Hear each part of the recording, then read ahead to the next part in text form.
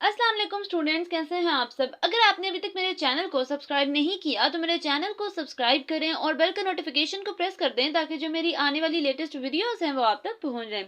तो आज की जो मेरी वीडियो है इसमें मैं क्वेश्चन नंबर 14 को एक्सप्लेन करूंगी। तो सबसे पहले क्वेश्चन नंबर 14 की स्टेटमेंट को रीड कर लेते हैं। स्टेटमेंट में क्या लिखा है, prove the law of cosines for plane triangles. अब क्या है, हम लोगों ने क्वेश्चन की स्टेटमेंट से पता लग रहा है कि लॉ ऑफ कोसाइन को हम लोगों ने प्रूव करना है। अब प्लेन ट्राइंगल का क्या मतलब है, जब भी वर्ड प्लेन आएगा इसका मतलब है टू डायमेंशनल जो है हमारे पास कोई सी भी चीज़ होगी उसके अंदर वो ट्राइंगल ड्रॉ किया। टू डायमेंशनल का मतलब है जिसमें एक्स और वाई एक्सेस आते हैं, ठीक है।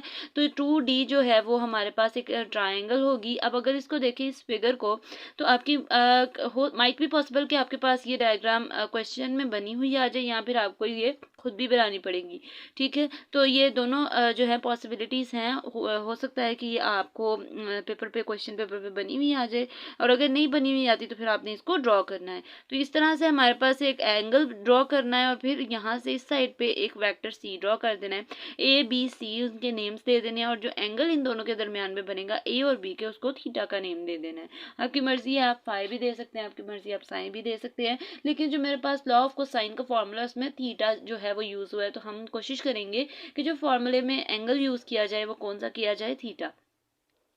अब क्या करूंगी, सबसे पहले फ्रॉम फिगर ए, इस जो मेरे पास फिगर है इसको देखते हुए क्या कहते हैं कि हमारे पास जो तीनों साइड्स हैं ट्राइंगल की, वो हमारे पास दो का सम किसके इक्वल है, ए के इक्वल है। जैसे मर्जी आप कर सकते हैं, आगे पीछे वेक्टर्स हो सकते हैं, लेकिन उन्होंने कहा है कि बी प्लस सी किसके इक्वल है, ए के। अगर वो कहते हैं इस तरह से भी लिखा जा सकता है, या फिर अगर सी इस साइड पे रखा जाए तो ए माइनस बी भी वैक्टर रखा जा सकता है, ठीक है।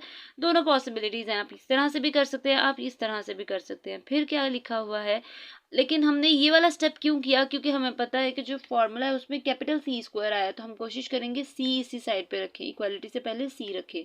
फिर क्या करना है, जो मेरे पास नेक्स्ट स्टेप है वो ये है कि मैंने दोनों वेक्टर्स, मतलब ये मेरे पास सी है वैल्यू, इस सी का डॉट प्रोडक्ट इसी सी के साथ लेना है। तो मेरे पास क्या आएगा, c dot c is equal to a minus b dot a minus b. जब मैं इनकी मल्टीप्लिकेशन करूंगी तो आपकी मर्जी है, ए माइनस बी का क्या फॉर्मूला बनेगा। अगर फॉर्मूला देखें तो क्या आएगा, ए माइनस बी का होल स्क्वायर किसके इक्वल था, अगर ये दो टर्म्स है इसका मतलब ये स्क्वायर है, A square plus B square minus 2ab। अगर आपने फॉर्मूले की हेल्प से करना है वैसे कर ले, लेकिन अगर आपने मल्टीप्लिकेशन करनी है हॉरिजॉन्टल मल्टीप्लिकेशन, तो फिर आप उस तरह से भी मल्टीप्लिकेशन कर सकते हैं। ए डॉट ए किसके इक्वल आ जाएगा, ए स्क्वायर के, बी डॉट बी किसके इक्वल आ जाएगा, बी स्क्वायर के, और फिर ए डॉट बी की वैल्यू दो दफ़ा आएगी तो उसको आप लोगों ने सम करना होता है, माइनस 2ab। अब जब ए डॉट बी आएगा इसकी जगह हम इसके मैग्नीट्यूड्स भी लिखते हैं, ए डॉट बी की जगह ए बी कॉस थीटा आ जाएगा।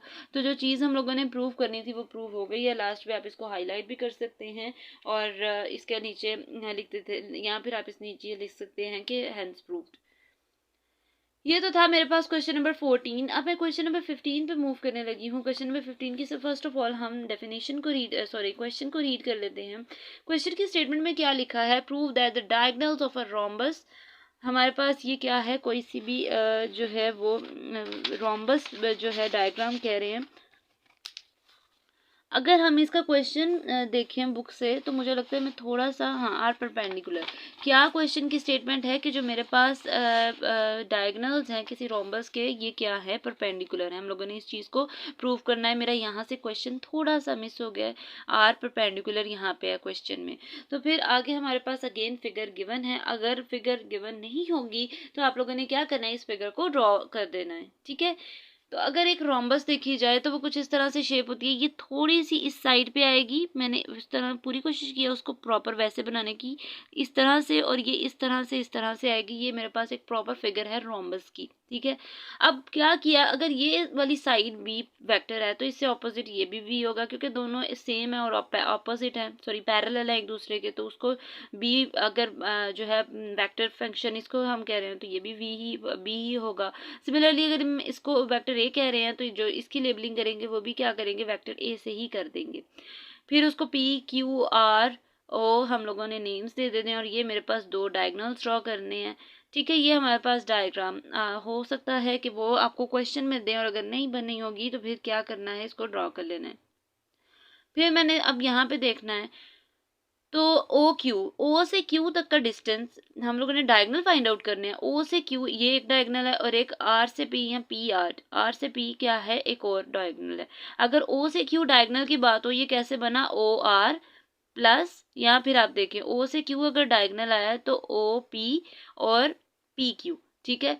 किस तरह से आएगा, ओ क्यू किस तरह से आएगा, O P plus P Q. तो अगर ओ से पी तक का डिस्टेंस वेक्टर क्या था, ए, पी से क्यू तक का था बी, ठीक है। तो हम लोगों ने इस तरह से इसको नेम दे देना है। सिमिलरली ये तो मेरे पास ओ क्यू का था, अगर मैं इसका जो नेक्स्ट सेकंड डायगनल है उसको स्टडी करूं तो वो मेरे पास क्या आएगा, यहाँ से देखिए नेक्स्ट डायगनल अगर मैंने ड्रॉ करना है तो वो मेरे पास किस तरह से आया, आर पी और O R plus R P. अब यहाँ पे देखें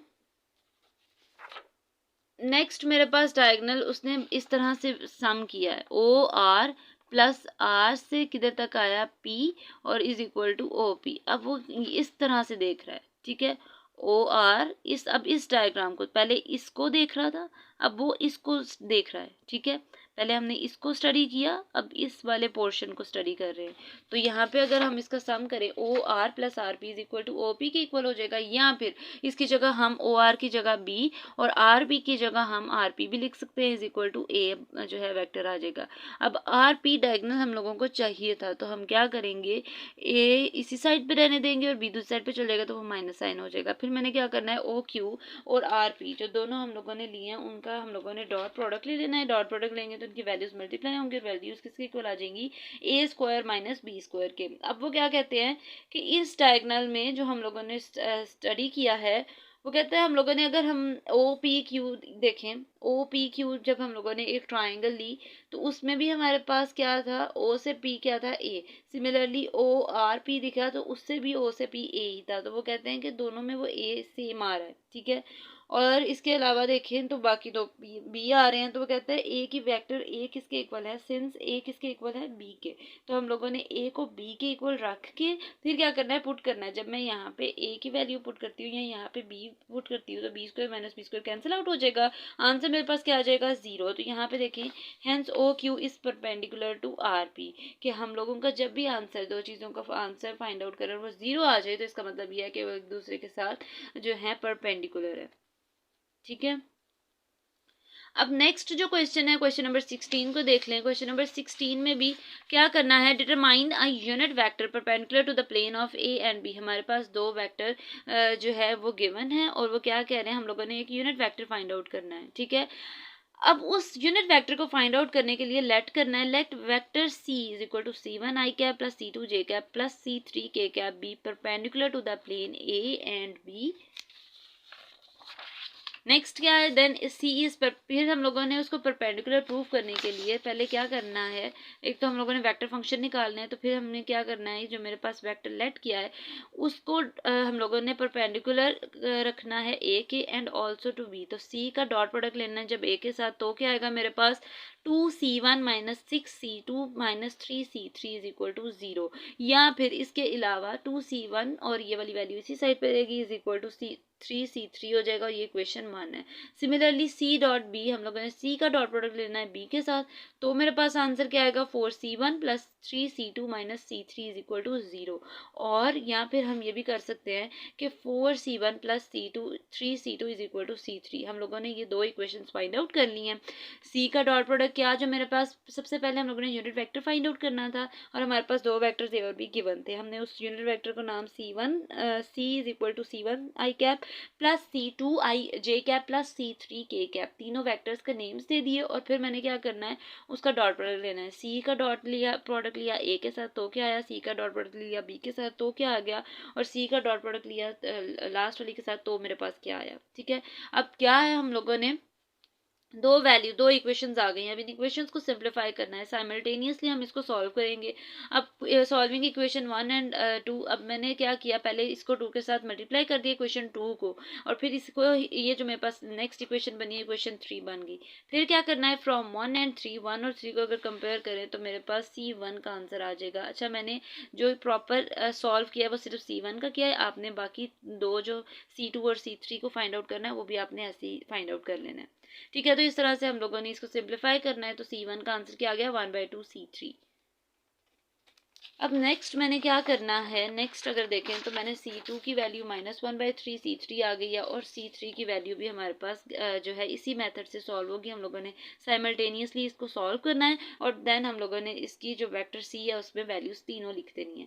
तो मेरे पास फाइनल आंसर क्या आ गया वेक्टर C का, जो हम लोगों ने फैक्ट फाइंड आउट करना था, C3 ब्रैकेट में 1/2 I cap -1/3 J cap plus K cap.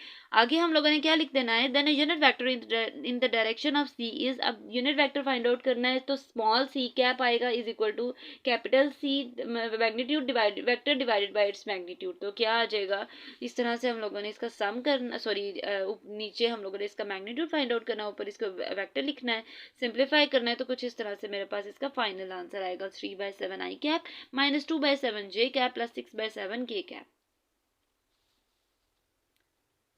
ये थी जी आज की मेरी वीडियो। होपफुली आपको मेरी वीडियो अच्छी लगी होगी। अगर आपको मेरी वीडियो अच्छी लगे तो वीडियो को लाइक करें और सब्सक्राइब करना मत भूलिएगा। तो इंशाल्लाह जो नेक्स्ट वीडियो होगी वो फर्दर क्वेश्चन से रिलेटेड होगी। तो तब तक के लिए अल्लाह हाफिज़।